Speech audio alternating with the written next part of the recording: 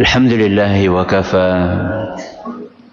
والصلاة والسلام على رسوله المصطفى وعلى آله وصحبه ومن اكتفى أما بعد.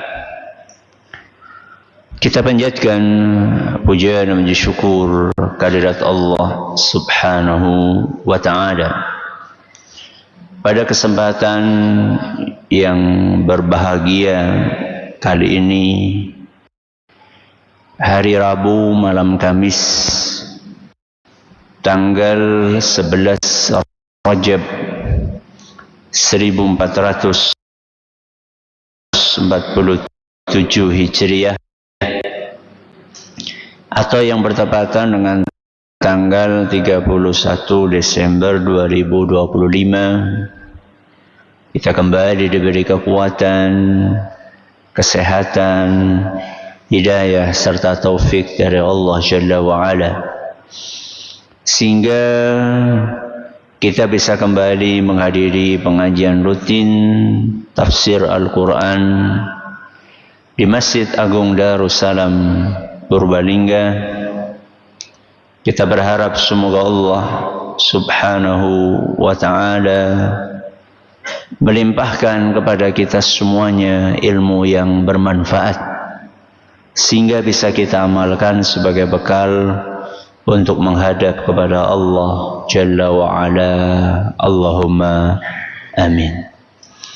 Salawat dan salam semoga senantiasa tercurahkan kepada junjungan kita Nabi Agung Muhammad sallallahu alaihi wasallam, kepada keluarganya, sahabatnya, dan umatnya yang setia mengikuti tuntunannya hingga di akhir nanti. Bapak-bapak, ibu-ibu, para hadirin, para hadirat, dan juga segenap pendengar serta pemirsa rahimani wa rahimakumullah. Dengan berakhirnya pembahasan tentang ayat yang ke-11 pada pertemuan terakhir kita, berarti kita telah menyelesaikan subtema yang pertama yang ada dalam surat Abasa. Dulu ketika kita menyampaikan tafsir global surat Abasa, kita telah menerangkan bahwa secara garis besar surat Abasa itu mengandung 4 subtema. Tema yang pertama adalah tentang penegasan mengenai prinsip kesetaraan dalam Islam. Prinsip apa? Kesetaraan dalam Islam. Dan ini sudah kita jelaskan selama sekian pertemuan, dari ayat pertama sampai ayat ke-11. Dengan berakhirnya pembahasan ayat ke-11 berarti berakhir pula pembahasan tentang subtema yang pertama, yaitu kesetaraan dalam apa? Islam. Mulai malam hari ini, insyaallah kita akan berpindah kepada subtema yang kedua, yaitu tentang keistimewaan Al-Quran. Kenapa? Keistimewaan Al-Quran. Berapa ayat di subtema yang kedua ini? Dari ayat ke-11 sampai ayat ke-16. Berarti pinten ayat? 11 sampai 16. Pinten ayat? 6 ayat. Kita ambil dari ayat ke-11 karena memang ada hubungannya. Tidak langsung ayat pinten? 12. Jadi kalau subtema yang pertama itu 11 ayat, maka subtema yang kedua ada berapa ayat? 6 ayat. Ayat pinten? 11 sampai 16. Apa temanya? Keistimewaan Al-Quran. Mari kita baca ayat-ayat tersebut. A'udzu billahi minasy syaithanir rajim.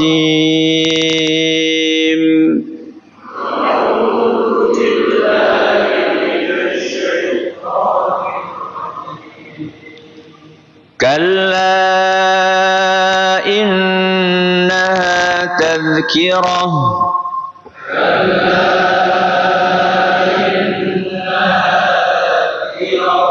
فَمَنْ شَاءَ ذَكَرَهُ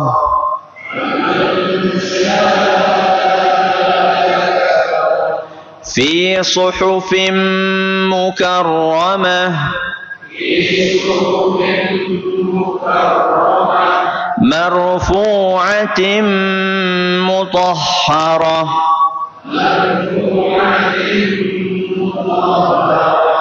بأيدي سفرة كرام بررة. Jamaah sekalian dan juga segenap pendengar serta pemirsa rahimani wa rahimakumullah. Sebelum kita membahas ayat yang ke-12, kita akan sedikit mengulang pembahasan tentang ayat yang ke-11 supaya kita bisa memahami apa korelasi antara dua ayat ini. Ayat yang ke-11 bunyinya apa? Kalla innaha tadhkirah. Sekali-kali jangan. Innaha tadhkirah. Sesungguhnya Al-Quran itu adalah peringatan. Ayat yang ke-11 menerangkan kepada kita bahwa Al-Quran merupakan sumber hidayah. Al-Quran adalah apa? Sumber hidayah. Untuk siapa? Untuk semua manusia. Sehingga Allah Subhanahu wa ta'ala turunkan Al-Quran itu dengan sangat sempurna sekali. Maknanya jelas, logikanya lurus, gampang difahami, dan sesuai dengan fitrah manusia. Jadi Al-Quran diturunkan oleh Allah Azza wa Jalla bukan untuk sebagian manusia. Tapi Allah turunkan Al-Quran ditujukan untuk semua manusia. Kapan? Kapanpun. Di mana? Dimanapun. Dalam kondisi apa? Dalam kondisi apapun. Jadi Al-Quran sebagai sumber hidayah diturunkan oleh Allah Subhanahu wa ta'ala untuk siapapun, dimanapun, kapanpun, dalam kondisi apapun. Pertanyaannya adalah, kalau memang Al-Quran diturunkan untuk semua manusia, apakah semua manusia mendapatkan hidayah dari Al-Quran? Dapat? Kenapa? Jawabannya ada di ayat yang ke-12. Jadi ayat yang ke-11 menerangkan kepada kita bahwa Al-Quran adalah sumber hidayah, oleh Allah diturunkan untuk semua manusia. Tapi realitanya tidak semua manusia dapat hidayah dari Al-Quran. Kenapa? Jawabannya ada di ayat yang ke-12. Apa bunyi ayat yang ke-12? Faman syaa zakarah. Barang siapa yang mau, maka dia akan mengambil pelajaran dari Al-Quran. Barang siapa yang mau, barang siapa yang pengen, barang siapa yang punya kehendak dan berkehendak, maka dia akan mendapatkan hidayah dari Al-Quran. Berarti yang bermasalah itu Al-Qur'annya atau respon manusianya? Respon manusianya. Barang siapa yang mau, maka dia dapat hidayah. Kebalikannya apa? Barang siapa yang tidak mau, maka dia nggak dapat hidayah.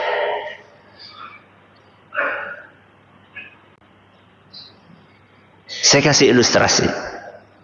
Matahari. Ketika terbit, sinarnya akan diberikan oleh matahari kepada siapa? Semuanya. Apakah semua manusia mendapatkan manfaat dari sinar matahari itu? Tidak. Kenapa? Karena ada orang yang mau membuka jendela rumahnya. Sehingga sinar matahari itu masuk ke dalam rumahnya.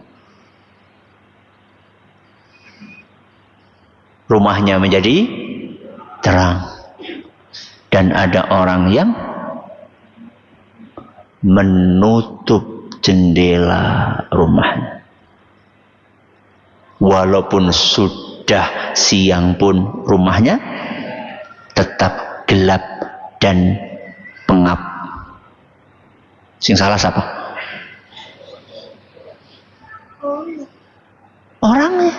Kenapa nggak buka jendela? Sinar Al-Quran itu terang benderang. Cuman ada orang yang mau membuka hatinya sehingga sinar itu masuk ke dalam hatinya. Dan ada orang yang menutup jendela hatinya sehingga hatinya tetap gelap gulita. Ilustrasi yang kedua, hujan. Apa? Hujan.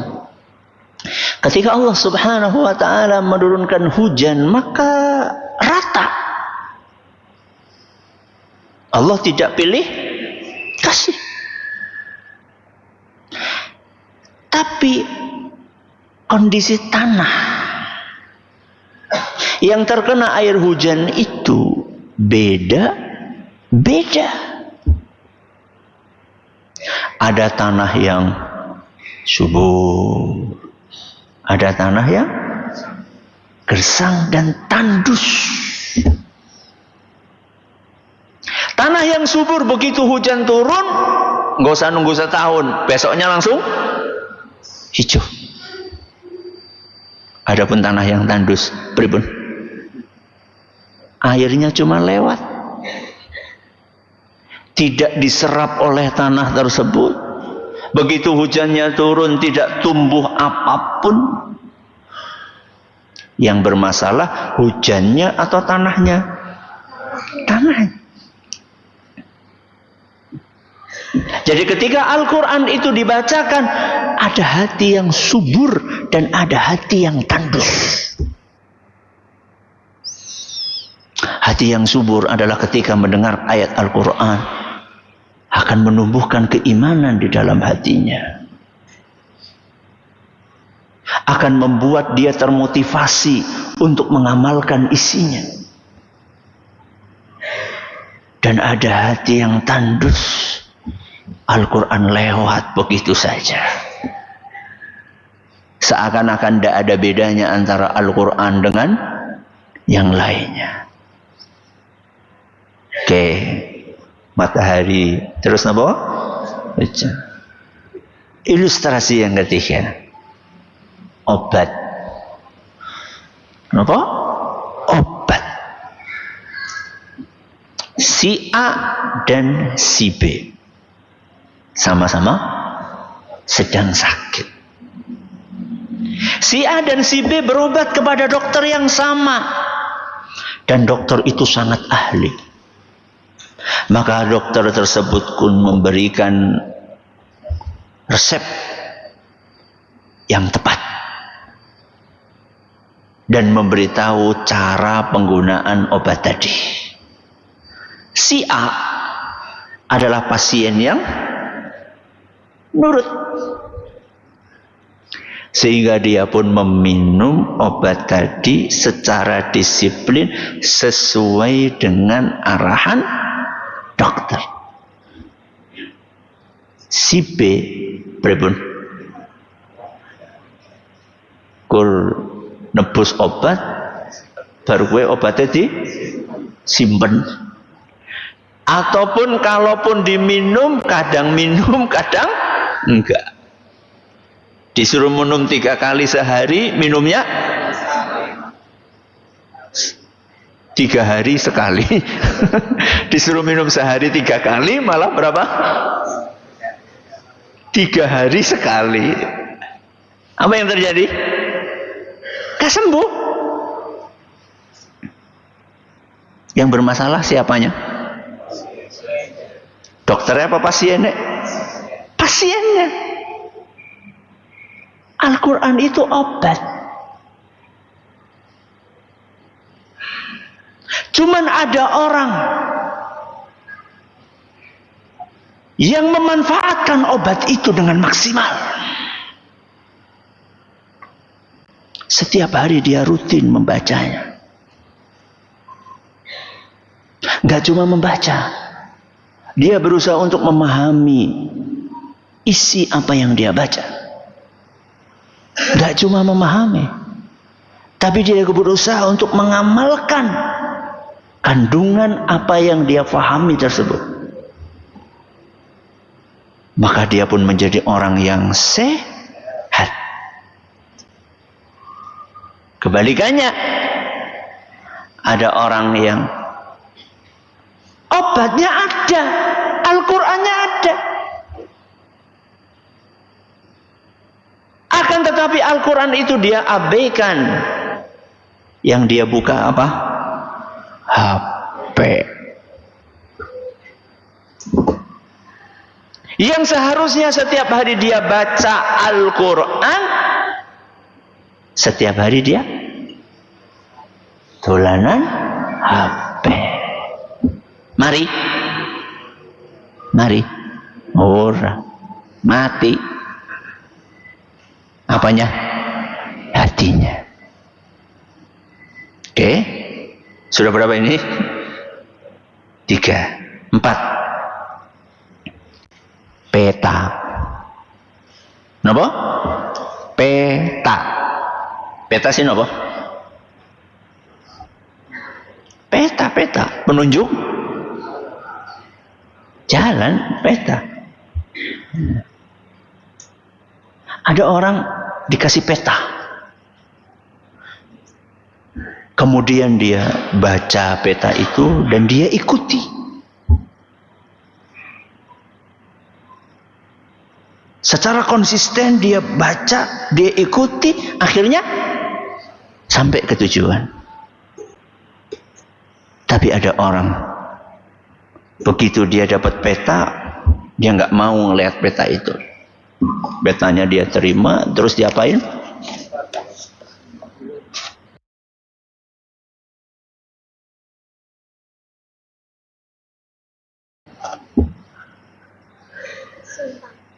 Gak mau lihat dia peta. Dia berjalan tanpa arah. Sampai betul ngendi. Di dalam Al-Quran ini banyak banget petunjuk. Cuman ada orang yang mau membaca petunjuk tersebut dan dia ikuti petunjuk itu. Dan ada orang yang abai dengan petunjuk.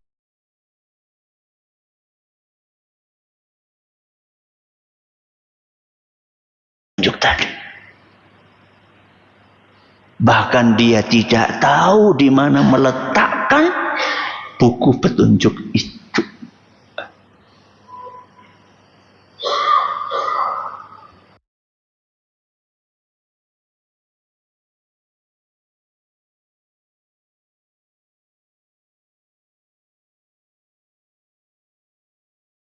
Malah esi dibungkus rapi seperangkat alat sholat. Sarung, koko, peci, sajadah,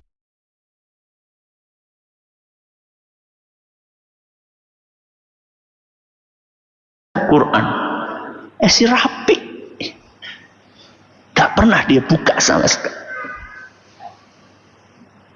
Oke, ilustrasi terakhir. Guru. Kenapa? Guru. Gurunya sama, muridnya beda-beda. Gurunya sudah menjelaskan dengan baik, sudah kasih ilustrasi macam-macam.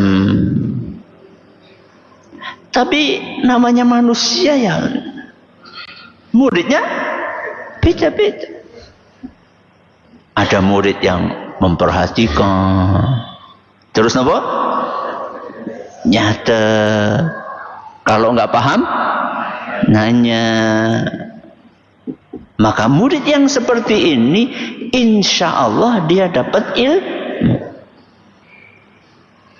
Ada murid jenis yang berbeda.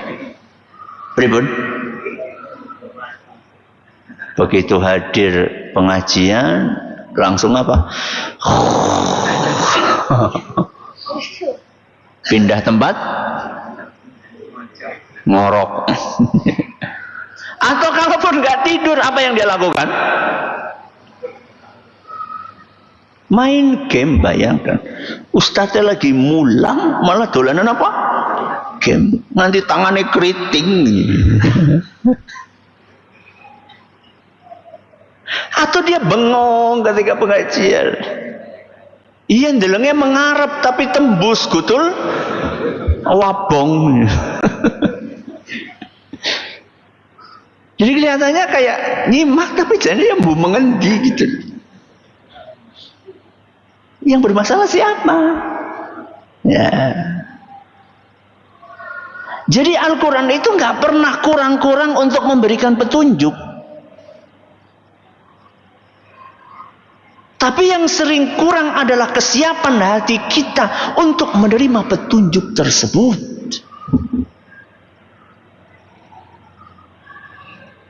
Al-Quran itu butuh wadah guna menampung petunjuk yang ada di dalamnya. Dan wadah itu adalah hati kita. Apakah hati kita sudah kita persiapkan sebaik mungkin untuk menampung Al-Quran itu? Makanya Syekh Al-Utsaimin hafizahullah, ketika beliau menjelaskan prinsip-prinsip memuliakan ilmu, di dalam kitab beliau Ta'zimul Ilmi, prinsip yang pertama kata beliau, tathiru wi'ail ilmi, membersihkan wadah ilmu. Kenapa?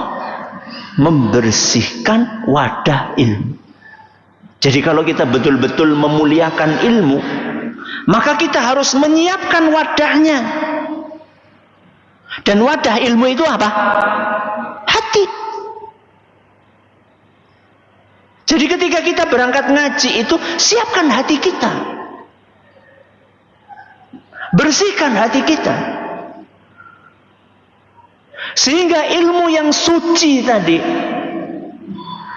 tidak dimasukkan ke wadah yang kotor. Nggak matching antara ilmu yang suci dengan wadah yang kotor.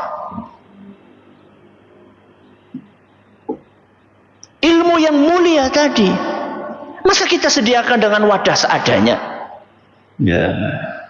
Kita bersihkan hati kita dari penyakit-penyakit hati, dari riya, dari sum'ah, dari kesombongan, dari suudzon. Sehingga ketika kita masuk ke pengajian, hati kita sudah nopo? Siap.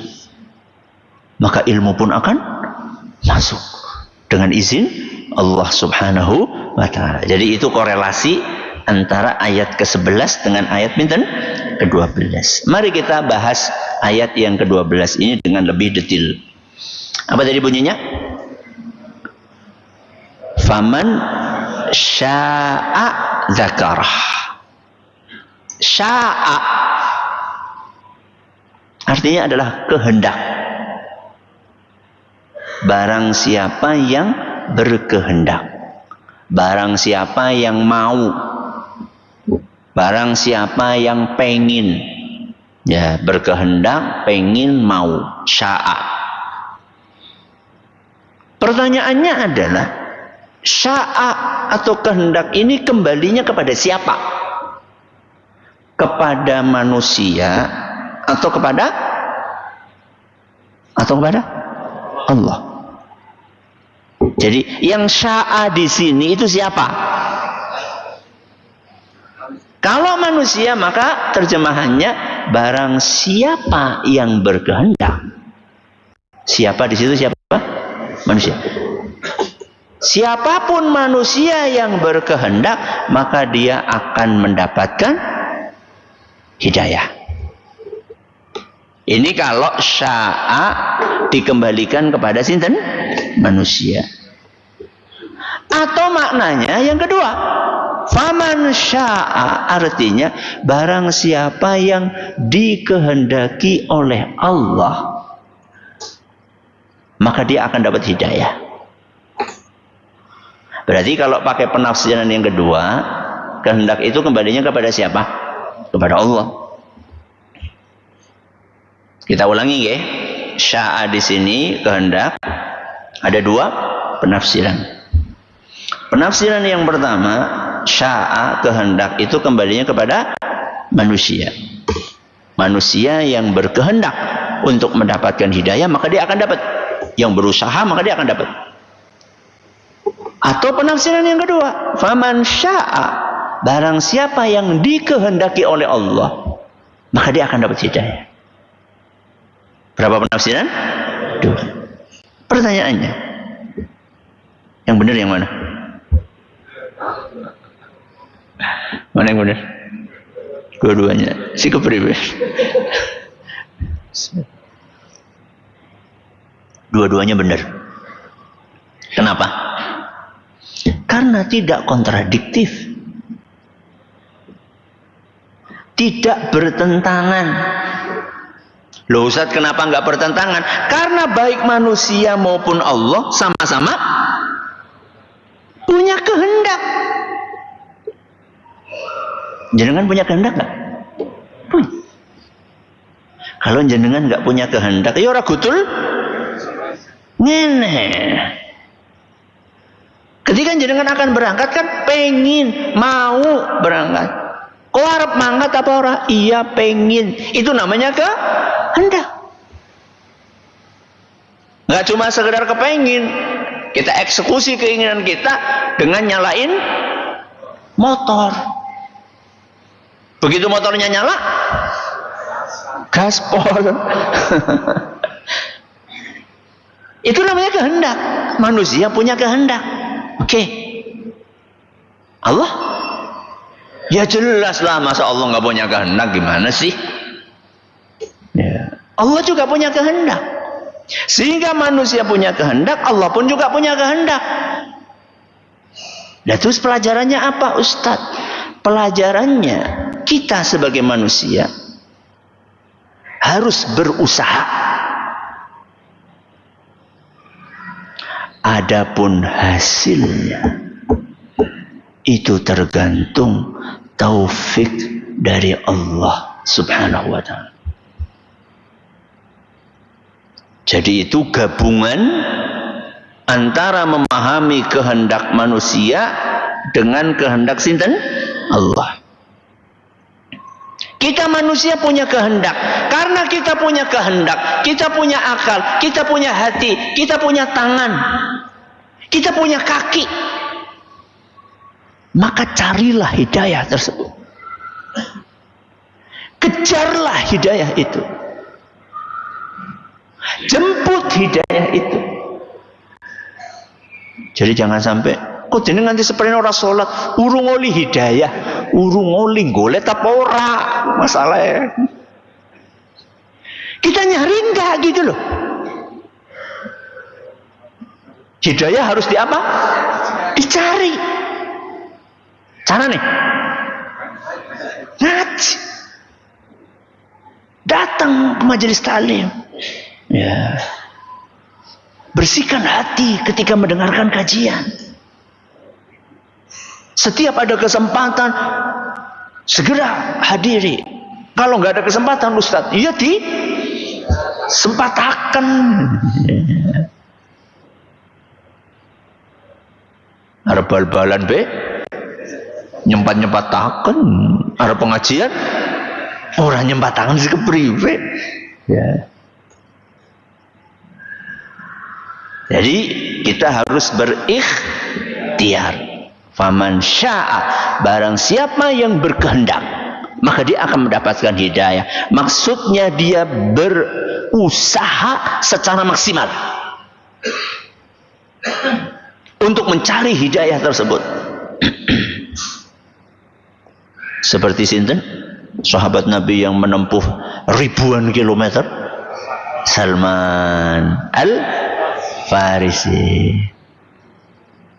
Gak ada di antara kita yang kayak Salman. Pol-polnya sekarang nanti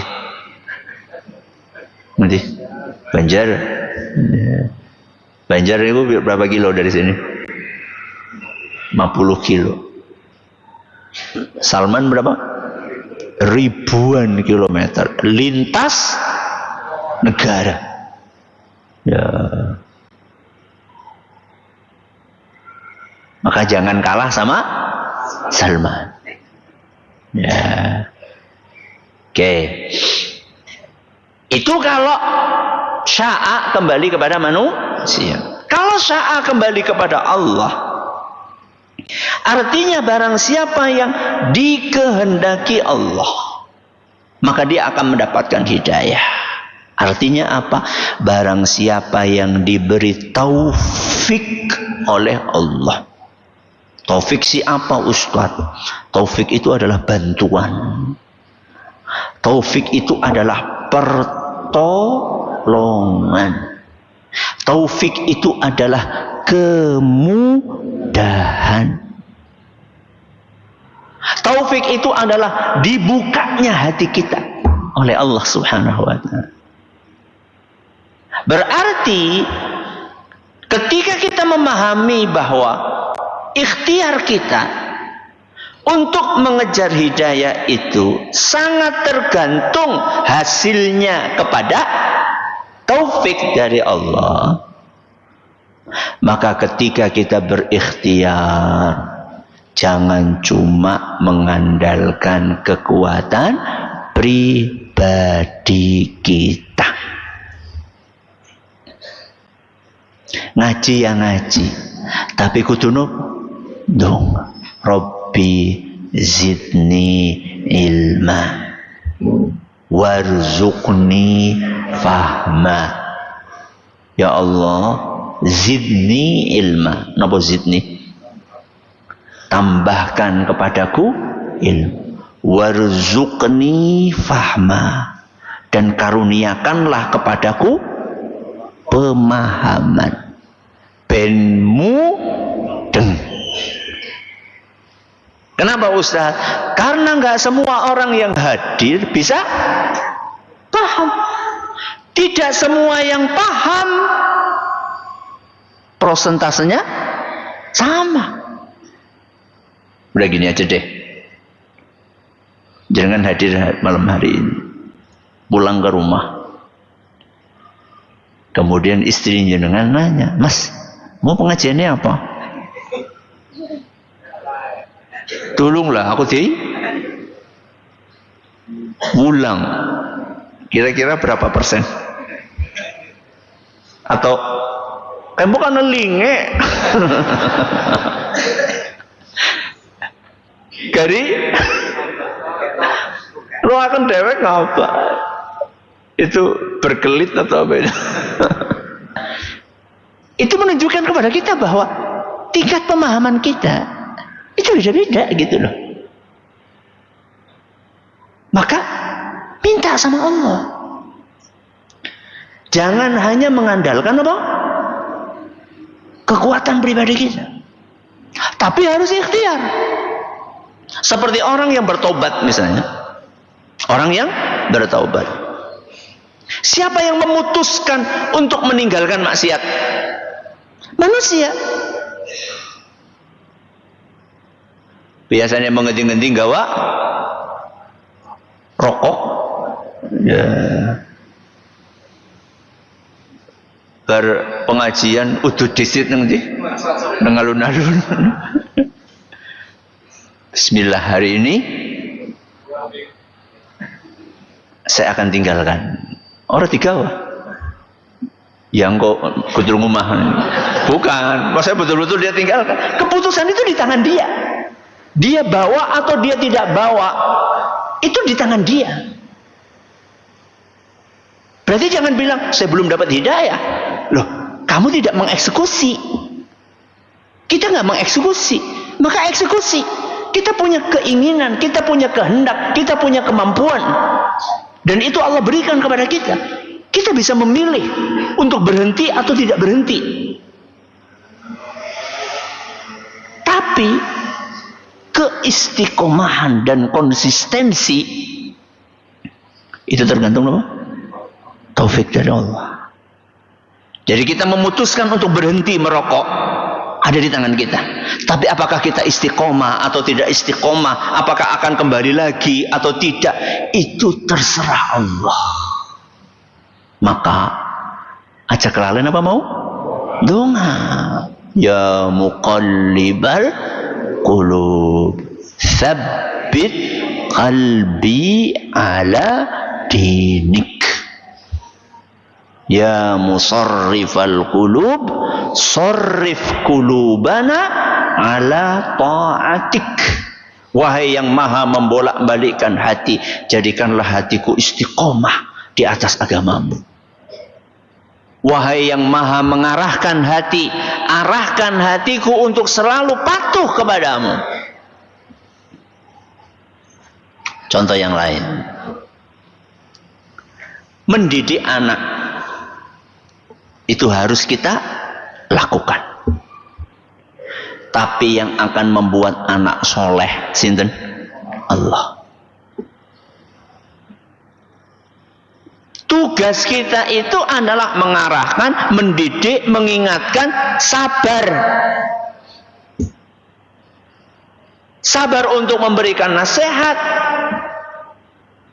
Sabar untuk memberikan arahan. Ketika anak kita keliru, sabar untuk meluruskan. Itu tugas kita. Itulah ikhtiar kita. Adapun nanti anak itu akan soleh atau tidak soleh, anak itu akan solihah atau tidak solihah, itu tergantung taufik dari Allah Subhanahu wa Ta'ala. Makanya konsep pendidikan anak di dalam agama kita tidak hanya mengandalkan teori-teori pendidikan, tapi harus melibatkan sinten? Allah. Rabbana hablana min azwajina wa dhurriyyatina qurrata a'yun waj'alna lil muttaqina imama. Rabbi habli minas salihin. Rabbi ij'alni muqimas salati wa min dhurriyyati rabbana wa taqabbal du'a. Jadi inti dari ayat ini bahwa kita harus berikhtiar, berusaha sekuat tenaga untuk menyebut hidayah dari Allah. Tapi hasil akhirnya itu terserah sinten?